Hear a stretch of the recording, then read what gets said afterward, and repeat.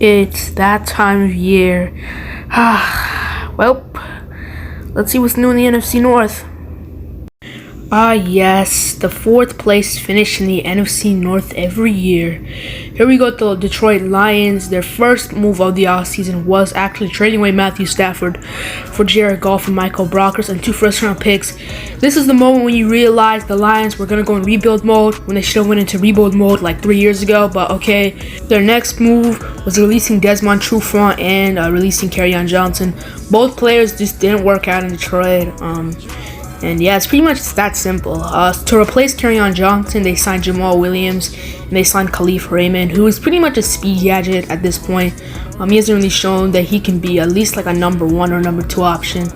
So I mean, that's pretty much it for free agency. So in the draft, they drafted Penei Sewell, and I'm just gonna call him Levy because I have no chance of pronouncing his name. We'll just call him Levy.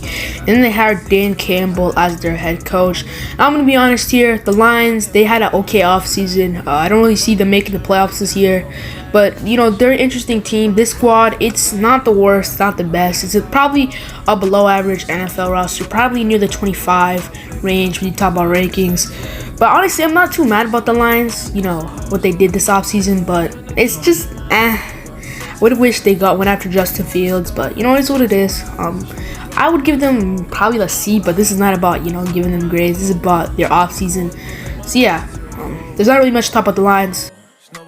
So I honestly just should have put this in the beginning of the video.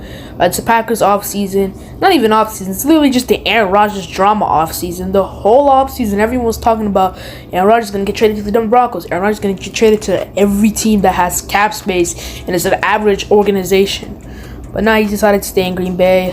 And then there's the Davante Adams drama, sort of. You know, there's some drama, him not getting a contract extension. But now it looks like things are back on track. But for a minute, it looked like Davante Adams may be on the move after this season. They also re-signed Aaron Jones pretty early in the offseason. And then they drafted Eric Stokes, which means they haven't drafted a skill position for like the last, you know, 10 years or something, I don't know. And then they drafted Amari Rodgers. He's a really good player, but he probably will not get a lot of time as they traded for Randall Cobb too. I don't know why they traded for Randall Cobb. He's kind of washed, I guess, but hey, if anything to make Aaron Rodgers happy, I guess that's what the Packers need to do at this point, because they've pissed him off clearly. But I still do believe Aaron Rodgers will leave after this year. But honestly, at this point, I have no clue where he's going. But for this year, all we know is he's going to play for the Green Bay Packers. So honestly, I would give a grade for this offseason. I would give it a B just because they kept Aaron Rodgers. So yeah. So I guess Packers fans just call this the last dance without championships. Yes, the Chicago Bears, one of the weirdest franchises in NFL history, are back at it with another weird offseason. With their first move, they released Kyle Fuller, they signed Desmond Trufant, and then they franchise tagged Allen Robinson. Anyone else, I just really didn't think that was that significant, so I just left them out. And then they drafted Justin Fields. I mean, in my opinion, this was a good fit for Justin Fields, but at the same time, y'all actually need to stop killing quarterbacks, because it's getting to a point where it's just like, are y'all actually trying to kill your quarterbacks? Because like, what is this? Like, how do you allow your quarterback to get almost killed in a preseason game? He's your future. Protect him, man. You know, this is Bears, man. They literally cannot do anything right, but yeah, I don't know, man. They also drafted Tevin Jenkins. But I don't know, man. They're average. I mean, probably 9-8, probably 10-6, maybe, but maybe 8-9. Honestly, I don't know. Like, they're literally right there. They're like running around circles of being a good team every year. But this year, I don't know. It's just they're probably gonna start Andy Dalton for a long time. I actually forgot to put Andy Dalton here, which kind of sucks. But yeah, so I don't know, man. You thought just because this is my favorite team, I wasn't just gonna roast them? Nah, I'm gonna roast them. So first of all, they signed an overrated and old Patrick Peterson. Well, he's not overrated because, you know, people are calling him a wash, but he's old, okay? They signed Dalvin Tomlinson, which is actually a pretty cool move. They just not re-signed, Jesus Christ. They signed Mackenzie Alexander and they signed Xavier Woods. They also signed Breland and D.D. Westbrook. They drafted Christian Darrison Calamon, what the current moment looks like the reincarnation of Christian Ponder, with arm strength, I guess you could say. And then they signed Everson Griffin today. So if you're wondering when I record this video, it is actually today. Why did I say this? Like, no one knows what today is. I think it's like Monday, August 23rd. So yeah, there you go. But nah, I think the Vikings had an okay offseason. I'm not gonna call it the greatest. They got Daniel Hunter back, which is cool. But yeah, I still think they got better. But I could see 3 teams winning the NFC North, and the team that's not in the conversation. Yeah, you guys know who it is. You don't have to talk about it, man. Sorry, man. But yeah, I would say their offseason is good, but it could have been way better if they got any offensive line help. But they got Oli Udoh is actually playing really well the preseason.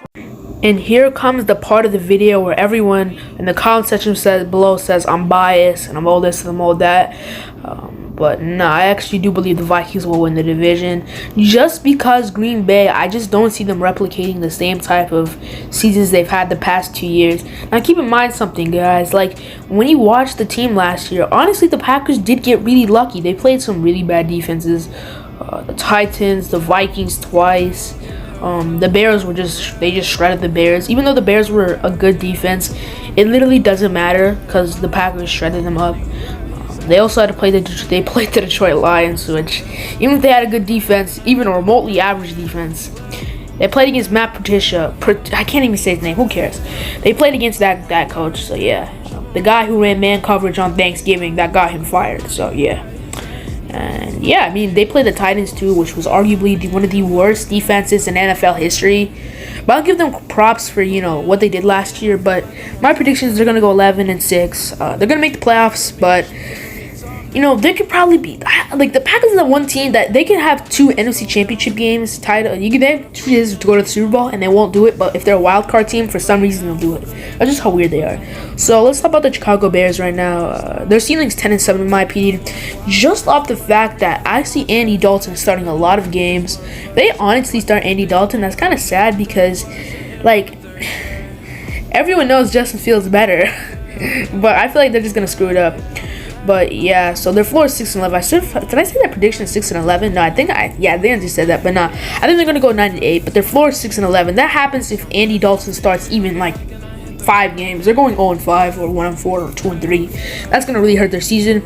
But yeah, so let's talk about the Lions right here. So I put their ceiling at 9-8 just because any NFL roster can become a good roster, but it probably should be higher than that. But at the end of the day, they're probably going 4-13. But people should not be calling for Dan Cable's spot, like head coach. They shouldn't be putting him on the hot seat year 1 because his team is not good at all whatsoever. They literally just gutted all talent on the roster. They literally lost their best 2 wide receivers and their quarterback. So there you go. And for the Minnesota Vikings, I actually think their ceiling is worse than the Green Bay Packers, but I feel like their floor is the same, and I feel like they're gonna have actually a better season, just because the Vikings don't have.